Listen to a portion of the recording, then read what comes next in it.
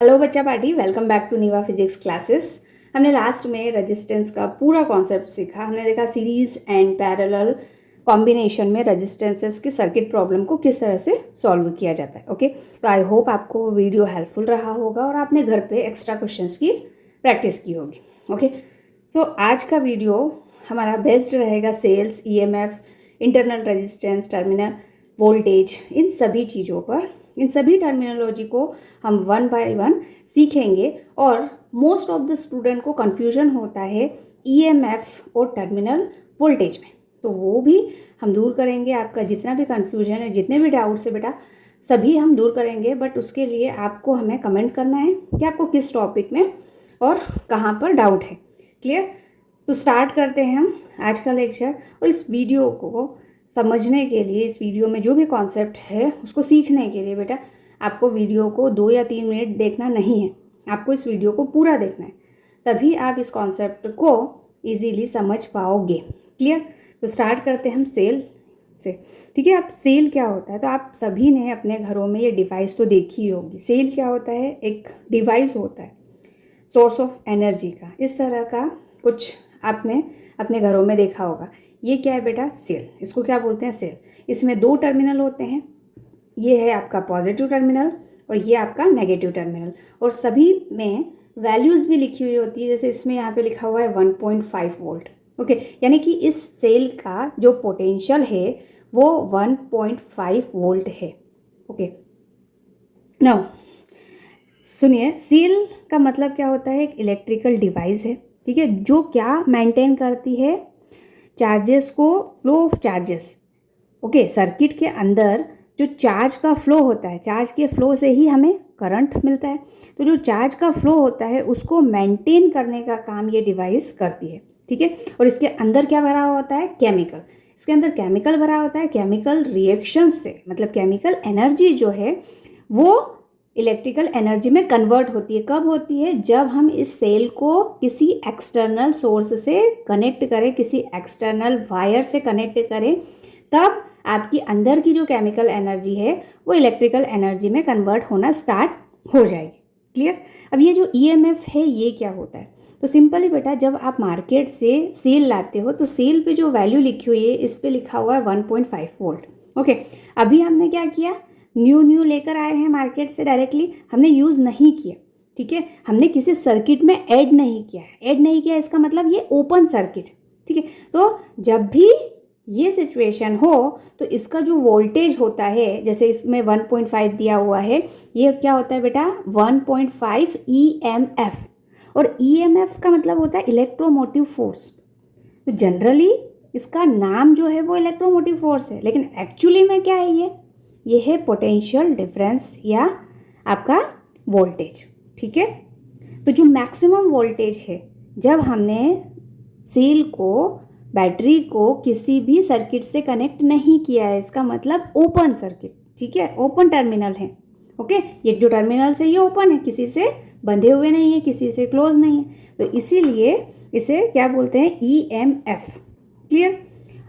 Now यहाँ पे जो लिखा हुआ है, electric cell has to do some work in maintaining the current through a circuit, the work done by the cell in moving unit positive charge. अब हम physics की लैंग्वेज में इसको समझ लेते हैं कि ईएमएफ क्या होता है।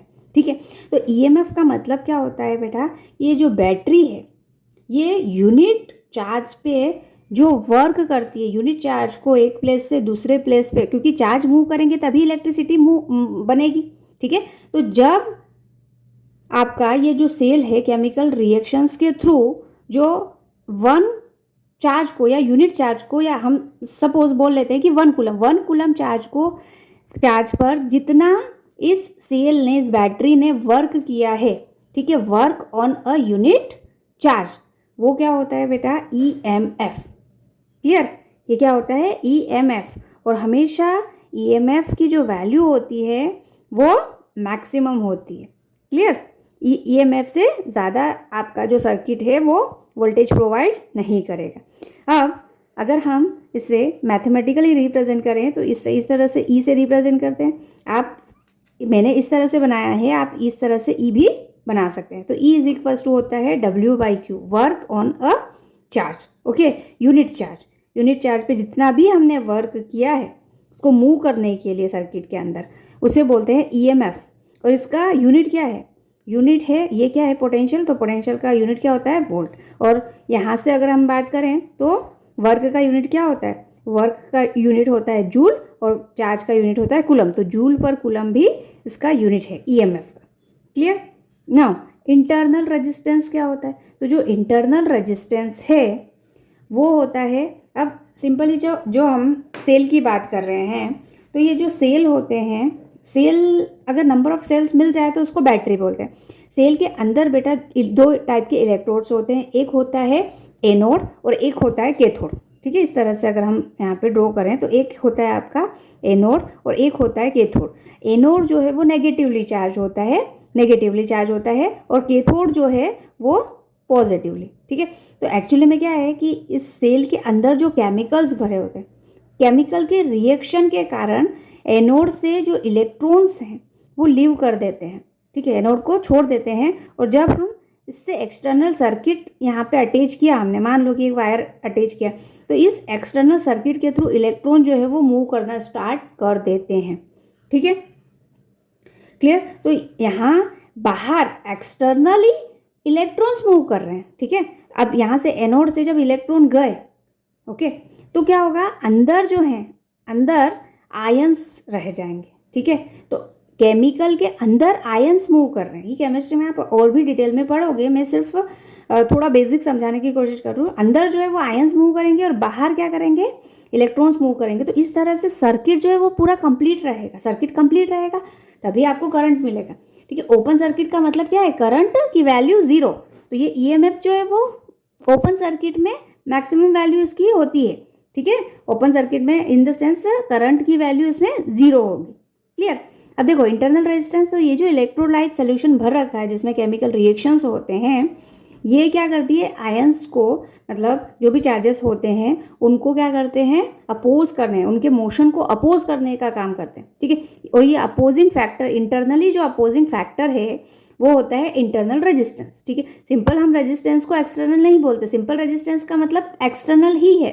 ओके, बट इंटरनल कब है? यहाँ इस सिचुएशन में इसे बोलते हैं आप इंटरनल रेजिस्टेंस। तो internal resistance of a cell is defined as the resistance offered by the electrolyte of the cell to the flow of current through it. It is denoted by small r से denote करते हैं और इसका unit जो resistance का है वही है ओम।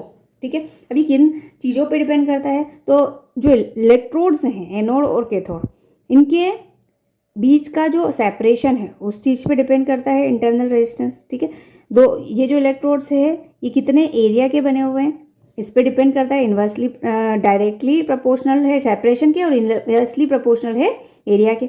और ये जो इलेक्ट्रोलाइट है ये किस नेचर का है, कंसंट्रेशन क्या है, इन चीज़ों पे हमारा इंटरनल रेजिस्टेंस डिपेंड करता है।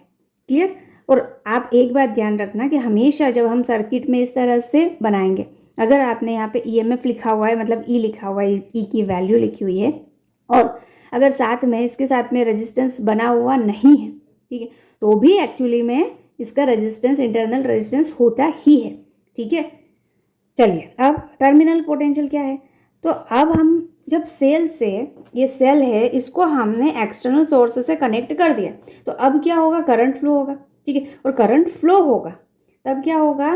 धीरे धीरे इसका पोटेंशियल 1.5 जो मैक्सिमम था अब धीरे धीरे कम हो जाएगा। तो जब हम पोटेंशियल डिफरेंस चेक करेंगे तो ये हमेशा, यहाँ पर जो सेल है 1.5 वोल्ट है ईएमएफ, तो हमेशा ईएमएफ की वैल्यू से कम ही होगा। तो टर्मिनल वोल्टेज क्या होता है? The terminal potential difference of cell is defined as the potential difference of two terminal of the cell in the closed circuit. ठीक है, जब करंट फ्लो हो रहा है ओपन सर्किट के लिए ईएमएफ, लेकिन जब करंट फ्लो हो रहा है क्लोज्ड सर्किट है तब क्या होगा?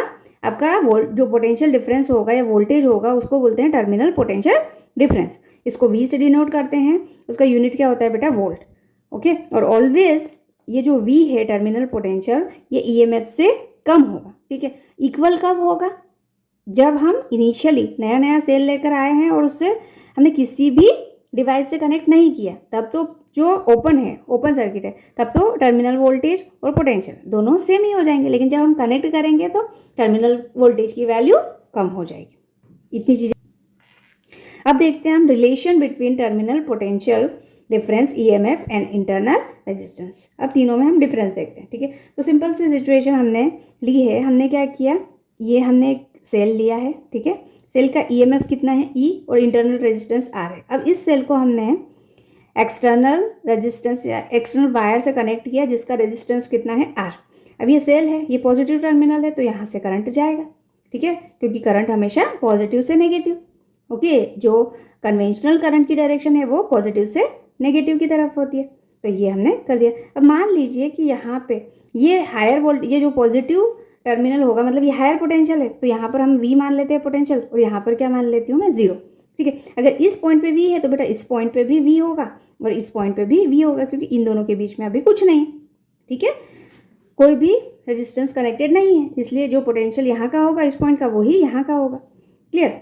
अब अगर आप इस डायरेक्शन में जा रहे हो, ठीक है, इस डायरेक्शन में जा रहे हो तो यहाँ पर नेगेटिव है, तो अगर मैं इस पॉइंट, इन दोनों पॉइंट का पोटेंशियल डिफरेंस निकालना चाहूँ तो ये पोटेंशियल डिफरेंस क्या हो जाएगा बेटा, तो ये होता है V, ठीक है, इस पॉइंट पे पोटेंशियल V, ठीक है। आप इस तरफ जा रहे हो तो यहाँ पे पोटेंशियल का जो डिफरेंस है, ये देखो लास्ट में नेगेटिव साइन है। अभी हम किरचॉफ्स लॉ पढ़ेंगे, लेकिन थोड़ा सा जो कॉन्सेप्ट है वो पहले ही आ गया। तो हमने ये चीज़ें देखी हैं कि अगर आप सेल में जाते हो तो सेल में जो लास्ट में नेगेटिव आ रहा है तो यहाँ पे आपको नेगेटिव लिखना है, पॉजिटिव आ रहा है तो पॉजिटिव लिखना है, ठीक है। आप किस डायरेक्शन में जा रहे हो ये मैटर करता है। तो यहाँ पे हो जाएगा E, ठीक है, और क्या होगा, इस पॉइंट पे पोटेंशियल क्या है, 0, तो ये 0 हो जाएगा, तो यहाँ पे V is equal to E हो जाएगा, ठीक है। अच्छा, एक और चीज़ यहाँ पे, ये जो R है इंटरनल रेजिस्टेंस, ये भी मैटर करेगा, और यहाँ पे अगर हायर पोटेंशियल से लोअर पे जा रहे हो तो ये पॉजिटिव होगा, ये नेगेटिव होगा, तो यहाँ पे हम इसे भी ऐड कर लेते हैं, इस पर पोटेंशियल का ड्रॉप कितना होगा, तो ये हो जाएगा I इंटू आर, ओके। तो E plus I into R, okay. अभी ये सिचुएशन हुई, या only V is equals to आप E भी लिख सकते हो, ठीक है। अब यहाँ पे पोटेंशियल ड्रॉप कितना होगा, तो यहाँ पे करंट कितना I फ्लो हो रहा है, तो I इंटू आर हो गया, ठीक है। पोटेंशियल का ड्रॉप कितना हो जाएगा बेटा, I into R, I into R, और ये है करंट अगर 0 है तो V is equal to E के बराबर होगा, ओके, EMF के बराबर होगा। लेकिन करंट 0 नहीं है, तब पोटेंशियल ड्रॉप क्या होगा, तो जो पोटेंशियल ड्रॉप है वो कितना होगा, ये V इज इक्वल्स टू ये, क्लियर। तो यहाँ से जो करंट मिलेगा बेटा, करंट क्या होगा, तो current I is equal to E by R plus R, ठीक है। इसको इस तरह से आपको लर्न करना है। अगर ये आपको कन्फ्यूजन लग रहा है तो आपने ये पढ़ा है I is equals to V by R, ठीक है। अगर हम इंटरनल रेजिस्टेंस को काउंट नहीं करें, एक्सटर्नल रेजिस्टेंस ही है, तो हम ये वाला ओम्स लॉ अप्लाई करते हैं और नीचे क्या आता है, R, ठीक है। लेकिन अगर हम EMF भी इंक्लूड करें, ठीक है, तो V के प्लेस पे तो E हो जाएगा, V के प्लेस पे E हो जाएगा, और डिवाइड बाय ये यहाँ पे जो रेजिस्टेंस है, ये इस बैटरी का भी इंटरनल रेजिस्टेंस भी इंक्लूड होगा, तो इंटरनल रेजिस्टेंस क्या हो जाएगा, R प्लस स्मॉल r, ठीक है। तो ये बन गया आपका करंट, ओके। और सिंपली यहाँ सिर्फ रेजिस्टेंस में, इसमें जो करंट है होगा वो V बाई आर होगा, ठीक है। ये दोनों करंट सेम है।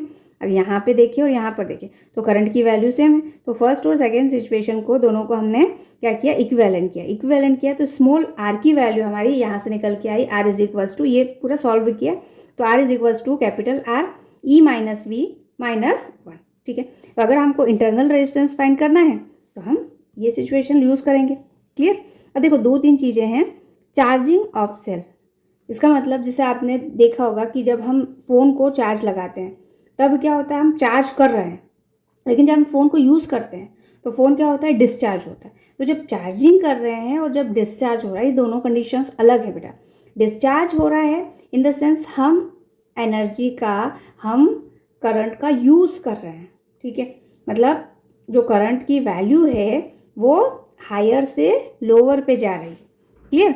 देखो यहाँ पर क्या हो जाएगा, जब हम चार्जिंग कर रहे हैं, देखो ये चार्जिंग हो गया, अब चार्जिंग कर रहे हैं तो करंट इधर से आ रहा है, ठीक है, इसमें से बैटरी में से जा नहीं रहा है, करंट इधर से आ रहा है, यहाँ से आ रहा है, क्लियर। तो आपका जो चार्जिंग वाली कंडीशन है अगर डिस्चार्ज वाली कंडीशन को देखें तो डिस्चार्ज वाली की जो कंडीशन होगी वो होगी V is equals to E minus I R. क्या होगी? V is equals to E minus I are.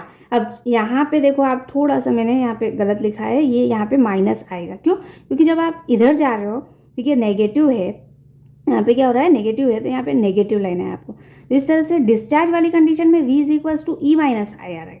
लेकिन जब हम चार्जिंग करेंगे तो क्या हो जाएगा? V is equals to E plus I R. ये सिंपल ही आपकी ये सिचुएशन है कि जो पोटेंशियल का ड्रॉप है वो E से हमेशा कम होता है। कितना कम होगा? तो जितना इंटरनल रेजिस्टेंस में पोटेंशियल का ड्रॉप होगा, इसका मतलब ये है। ठीक है, तो इस तरह से हमने चार्जिंग वाला कर दिया। अब देखो, potential difference across the terminals of the cell, cell के अक्रॉस कितना होगा पोटेंशियल डिफरेंस। तो जब हम ओपन सर्किट की बात करें तो तब तो V और E, EMF और पोटेंशियल जो डिफरेंस है, टर्मिनल वोल्टेज है, वो बराबर होंगे।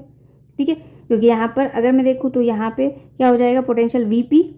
अब इधर साइड जा रहे हो, ठीक है, इस साइड जा रहे हो तो यहाँ पे नेगेटिव E, तो यहाँ नेगेटिव E हो जाएगा, नेगेटिव E। ओके, फिर VQ, so VP minus E is equals to VQ। तो VP minus VQ is equal to E हो जाएगा, और ये पोटेंशियल का ड्रॉप है तो इससे V भी लिख सकते हैं, V is equals to E आ गया इस कंडीशन में, ओपन कंडीशन में। लेकिन जब हम इसको क्लोज करेंगे, ठीक है, एक वायर से जिसका रेजिस्टेंस कैपिटल R है, अब क्या होगा? ये डिस्चार्जिंग वाली कंडीशन है। अब क्या होगा? तो देखो, यहाँ से करंट फ्लो हो रहा है, अब इधर से करंट का क्या हो रहा है? फ्लो हो रहा है। ठीक है, नाउ अब यहाँ पे पोटेंशियल का ड्रॉप अगर देखोगे तो P जो पॉइंट है, यहाँ पे मैं P मान लेती हूँ, ये P पॉइंट है और ये Q है, P पॉइंट है। तो P पॉइंट पे पोटेंशियल क्या हो जाएगा? VP। ठीक है, ये क्या हो जाएगा बेटा? VP इज इक्वल टू, अब यहाँ पे क्या होगा? तो यहाँ पे आप इस डायरेक्शन में अगर जा रहे हो, ठीक है, करंट इस डायरेक्शन में, आप इस डायरेक्शन में जा रहे हो, तो यहाँ नेगेटिव है, लास्ट में नेगेटिव है, तो यहाँ पे क्या हो जाएगा बेटा? माइनस का E, माइनस E। क्लियर? अब इस डायरेक्शन में जा रहे हैं यहाँ पर, अब यहाँ पर पोटेंशियल में ड्रॉप कितना होगा? तो देखो, आप इस डायरेक्शन में जा रहे हैं लेकिन करंट इस डायरेक्शन में जा रहा है, करंट अपोजिट डायरेक्शन में जा रहा है ना, तो यहाँ पर क्या हो जाएगा? प्लस। अगर दोनों की डायरेक्शन सेम है तो माइनस होता है, लेकिन दोनों की डायरेक्शन अपोजिट है तो प्लस होगा, तो यहाँ पे plus IR is equal to VQ हो जाएगा। ठीक है, इज इक्वल टू VQ। तो VP minus VQ is equals to E minus IR हो जाएगा।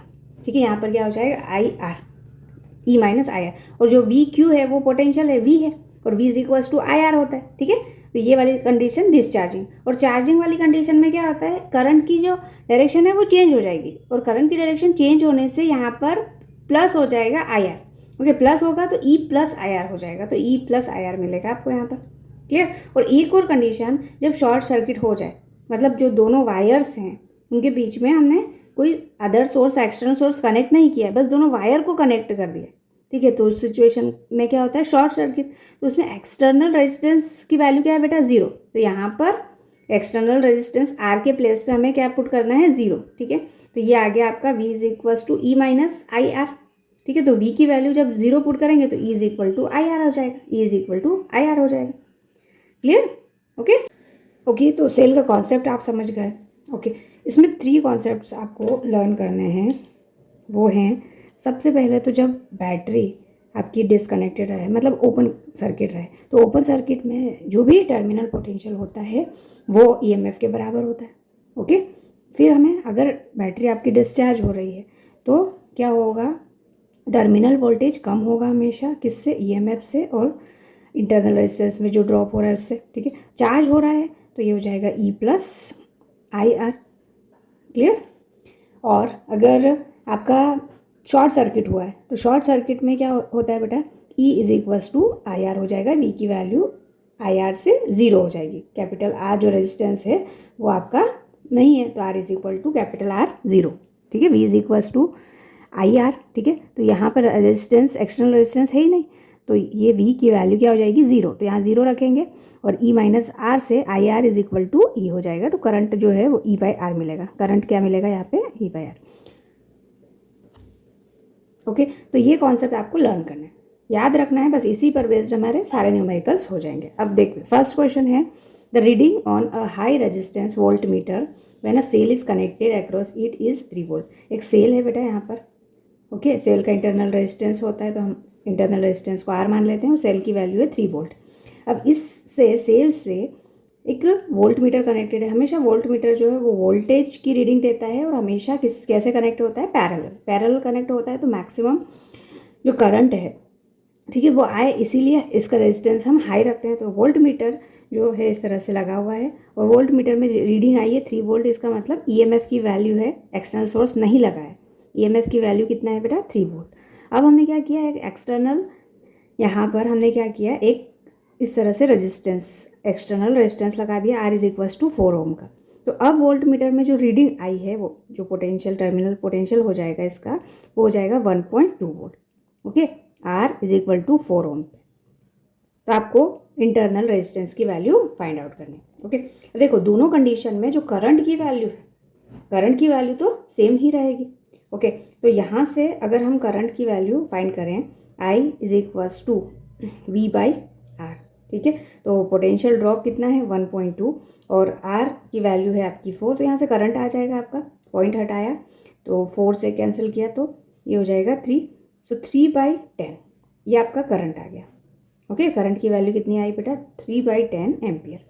अब जो करंट की वैल्यू आई है वो इस कॉन्सेप्ट के लिए जो पोटेंशियल ड्रॉप होगा terminal voltage is equals to क्या होता है E-IR।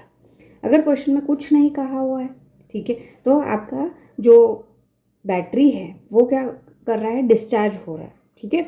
इसका मतलब हमें ये वाला फार्मूला अप्लाई करना है, क्लियर। और कुछ हिंट मिलेगी अगर इस तरह से, मैक्सिमम तो यहाँ पर यही यूज़ करेंगे आप, लेकिन कुछ केसेस में आपको ये फार्मूला भी यूज़ करना है जब चार्जिंग वाला केस आए। बट कभी कभी ऐसा होता है कि वो डायरेक्टली चार्जिंग का नहीं बोलता है, कुछ हिंट आपको देंगे। ओके, तो यहाँ से बेटा V की वैल्यू है आपकी 1.2, E की वैल्यू है आपकी 3 माइनस I करंट जो है वो आ जाएगा आपका 3/10, तो हमें R मिल जाएगा, ठीक है। तो 3/10 R is equal to 3 minus 1.2 हो जाएगा ये। Okay, so R is equals to ये 3/10, ये हो जाएगा 3 में से 1.2 गया तो 1.8। ओके, और क्रॉस मल्टीप्लाई किया तो 1.8 मल्टीप्लाई बाई 10 डिवाइड बाई 3, ये पॉइंट हटाया तो 1 0, 0 से 0, 3 6 18। इसका मतलब इंटरनल रेजिस्टेंस आपका कितना आया 6 ओम, ठीक है। नाउ नेक्स्ट क्वेश्चन है बैटरी ऑफ EMF। क्या है, एक बैटरी है जिसका EMF कितना है, तो ये बैटरी है आपने लगा दी और इसका EMF है बेटा 2 वोल्ट और इंटरनल रेजिस्टेंस है R, ये internal resistance R is connected in series with register, ठीक है। ये एक रजिस्टर 10 ओम रेजिस्टेंस से कनेक्टेड है, ठीक है। तो इस तरह से हमने यहाँ पे 10 ओम ये सीरीज में है, इस तरह से, clear. Now the ammeter reads, अब जो एमीटर है वो कहाँ लगाया जाता है, तो वो भी सीरीज में लगाया जाता है। एमीटर क्या करता है, करंट की रीडिंग को बताता है और एमीटर को हमने सीरीज में लगाया, ठीक है। तो ये तीनों बेटा R, कैपिटल R और ये एमीटर का जो रेजिस्टेंस है, मैं इसे A नाम दे देती हूँ, और इसका रेजिस्टेंस एमीटर का कितना है 2 ओम। ये तीनों जो है वो सीरीज़ में, क्लियर। अब आपको बताना है ड्रॉ सर्किट डायग्राम ड्रॉ करना है, तो इस तरह से सर्किट डायग्राम ड्रॉ करेंगे और वैल्यू आपको स्मॉल r की, मतलब स्मॉल r इंटरनल रेजिस्टेंस की वैल्यू बतानी, ठीक है। तो देखो यहाँ पे जो करंट मिलेगा वो, जैसे अगर हम करंट की value I is equals to V/R, ये वाला कॉन्सेप्ट यूज़ करते हैं हमेशा करंट के लिए, ठीक है। बट यहाँ पर EMF है और EMF के लिए सारे रेजिस्टेंसेस इंक्लूड होंगे जो भी आपके सर्किट में हैं। अब ये तीनों रेजिस्टेंस कैसे हैं, सीरीज़ में, ठीक है। और सीरीज़ में रेजिस्टेंस को मतलब इक्विवेलेंट रेजिस्टेंस कैसे फाइंड करते हैं, तो सभी रेजिस्टेंस को ऐड करना है, तो R plus A plus capital R, सभी रेजिस्टेंसेस को ऐड करना है सीरीज़ में। तो ये पूरा रेजिस्टेंस जो है वो EMF के लिए, बैटरी के लिए है, ओके। अगर आपको सिर्फ टर्मिनल पोटेंशियल चाहिए तो टर्मिनल पोटेंशियल के अक्रॉस, मतलब जो रेजिस्टेंस के अक्रॉस लगा हुआ है बस वही आपको रेजिस्टेंस लेना है। लेकिन यहाँ पर EMF के लिए तीनों, ठीक है, तीनों रेजिस्टेंसेस हैं, सीरीज़ में हैं, तो इस तरह से ऐड होंगे। तो I is equals to EMF की वैल्यू कितनी है बेटा 2 वोल्ट, तो इसके प्लेस पे 2 रख दीजिए। R की वैल्यू कितनी है, तो R की वैल्यू है आपकी, स्मॉल r की वैल्यू तो फाइंड करनी है आपको, ओके, प्लस A की वैल्यू है आपकी 2 और कैपिटल R की वैल्यू है 10। अब यहाँ पे तो 2 वेरिएबल हैं जो अननोन है। 1 सेकेंड, यहाँ पे 50 मिली एम्पियर करंट दिया हुआ है, तो आई की वैल्यू भी आपको दी हुई है, आई की वैल्यू यहाँ पे पुट कर दीजिए। I is equals to 50 milli ampere को एम्पियर में चेंज करोगे -3 एम्पियर हो जाएगा। आई की वैल्यू भी पुट कर दो। ओके, सो 50 इंटू 10 पावर -3 2 और ये हो जाएगा r प्लस 12, 10 प्लस 2 12। ओके, अब मैंने क्या किया, r प्लस 12 को इधर ले गई और ये 2 एज इट इज़ यहाँ पे मैंने डिवाइड कर दिया 50। ठीक है, डिवाइड बाई 50, 10 की पावर -3 ऊपर जाएगा तो 10 की पावर +3, तो 1000 इसे लिख सकते हैं ऐसा। क्लियर, तो 0 से ये 0 कैंसिल, 5 से कैंसिल, तो 5 2 ज़ा 10, मतलब यहाँ पे कितना हो जाएगा 40। r plus 12 is equals to आपका 40 हो जाएगा। ठीक है, तो r is equals to 40 minus 12, 40 minus 12 करोगे तो कितना हो जाएगा आपका 28 ohm is the internal resistance of this circuit. Okay, next question, a volt meter of resistance, एक वोल्ट मीटर है जिसका रेजिस्टेंस है 994 ohm is connected across the cell. ठीक है, तो हमने क्या किया, एक सेल दिया, एक सेल है आपका और ये है 1 वोल्ट ईएमएफ, इंटरनल रेजिस्टेंस है सेल का 6 ओम और इससे एक वोल्ट मीटर कनेक्टेड है। इस तरह से हमने वोल्ट मीटर को कनेक्ट किया। ओके, वोल्ट मीटर का रेजिस्टेंस आपको दिया हुआ 994 ओम। क्लियर, तो जो टोटल रेजिस्टेंस हो जाएगा बेटा वो 1000 ओम हो जाएगा। ठीक है, अब हमें करंट यहाँ से फाइंड हो जाएगा, I is equals to E by R plus R, internal resistance तो ई है 1 और ये हो जाएगा आपका 6 प्लस 994, इसका मतलब 1/1000। ठीक है, तो जो करंट आया वो आया आपका 10 पावर -3 एम्पियर। इतना क्लियर। अब हमें पोटेंशियल ड्रॉप फाइंड करना है वोल्ट मीटर में, and that across the terminals of the cell and percentage error in reading of volt meter. Volt meter की जो रीडिंग में एरर जो है वो बताना है। तो पहले तो 1 वोल्ट दिया था, अब पोटेंशियल का ड्रॉप कितना हो जाएगा, तो V is equals to E minus I R होगा। ओके, तो V is equals to E कितना है 1 और I की वैल्यू कितनी है, तो I की वैल्यू है आपकी 10 पावर -3। ठीक है, और इंटरनल रेजिस्टेंस, तो इंटरनल रेजिस्टेंस है आपका 6। ओके, सो 1 माइनस 6 बाई 1 2 3, इसका मतलब क्या हो जाएगा, जो वोल्ट मीटर की रीडिंग आ जाएगी आपकी वो कितनी हो जाएगी बेटा, 1 माइनस 0 पॉइंट। ठीक है, या फिर डायरेक्ट ऐसे कर देती हूँ मैं, 1000 माइनस 6 डिवाइड बाई 1000 कर देते हैं। ठीक है, ये हो जाएगा 994 डिवाइड बाई 1000। ठीक है, इसका मतलब क्या है 0.9, ये 0.9 हो जाएगा। अब परसेंटेज एरर फाइंड करना है वोल्टेज में, तो पहले कितना था, ठीक है, इनिशियली जो परसेंटेज एरर जो होगा वो इनिशियल कितना था बेटा, आपका 1 था। ठीक है, और कितना ड्रॉप हुआ 0.9। ठीक है, तो इनिशियल आपका 1 था, तो डिवाइड बाय आप क्या कर दोगे 1। ठीक है, इंटू 100, सो 1 माइनस 9, अगर 994 एग्जैक्ट हम लेंगे तो क्या हो जाएगा बेटा, यहाँ पर 0.6% एग्जैक्ट वैल्यू। ठीक है, अप्रॉक्स 0.1। अब देखिए नेक्स्ट क्वेश्चन है, find the current drawn from a cell of EMF 2 volt and internal resistance 2 ohm. ठीक है, ईएमएफ 2 वोल्ट है, इंटरनल रेजिस्टेंस आपका 2 ohm, connected to the network, इस तरह से। ओके, देखिए यहाँ पे करंट हमें फाइंड करना है, मतलब आई की वैल्यू को फाइंड करना है, और इन सभी नेटवर्क में जो रेजिस्टेंस है उन सभी की वैल्यू है 1 ओम 1 ओम 1 ओम और 1 ओम। ठीक है, ये कॉन्सेप्ट मैंने आपको बताया था। ईएमएफ की वैल्यू है 2, इंटरनल रेजिस्टेंस की वैल्यू है 2 वोल्ट और ये 2 ओम। मैंने ये कॉन्सेप्ट आपको बताया था कि अगर यहाँ से, ठीक है, यहाँ पे वोल्टेज V है, यहाँ पे 0 है, तो ये भी 0, ये भी 0, और ये V है तो ये X हो जाएगा, तो V और X के बीच में, ठीक है, यहाँ पर इसको डायग्राम को रीड्रॉ कर लेते हैं। ये 1 ओम हो गया, इन दोनों के बीच में एक, ठीक है, एक रेजिस्टेंस, और इन दोनों के बीच में एक रेजिस्टेंस, तो ये दोनों जो हैं वो क्या हो जाएंगे आपके पैरेलल।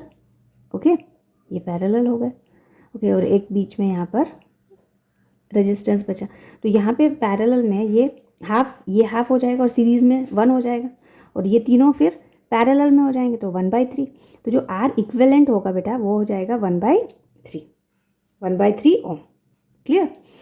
अब 1/3 एक्सटर्नल रेजिस्टेंस मिल गया आपको, तो आप करंट इजीली फाइंड कर सकते हैं। I इज इक्वल्स टू क्या होता है, E/R plus R। Okay, so current is equals to E है आपका 2, इंटरनल रेजिस्टेंस है 2, एंड R इक्विवेलेंट कितना है आपका 1/3, तो 1/3 कर दीजिए। ठीक है, एलसीएम ले लीजिए, तो 2 3 दूना 6 और 1 7, 7/3, 3 ऊपर चला जाएगा, 3 दूना 6, तो 6/7 करंट आपका कितना आया 6/7 एम्पियर। क्लियर।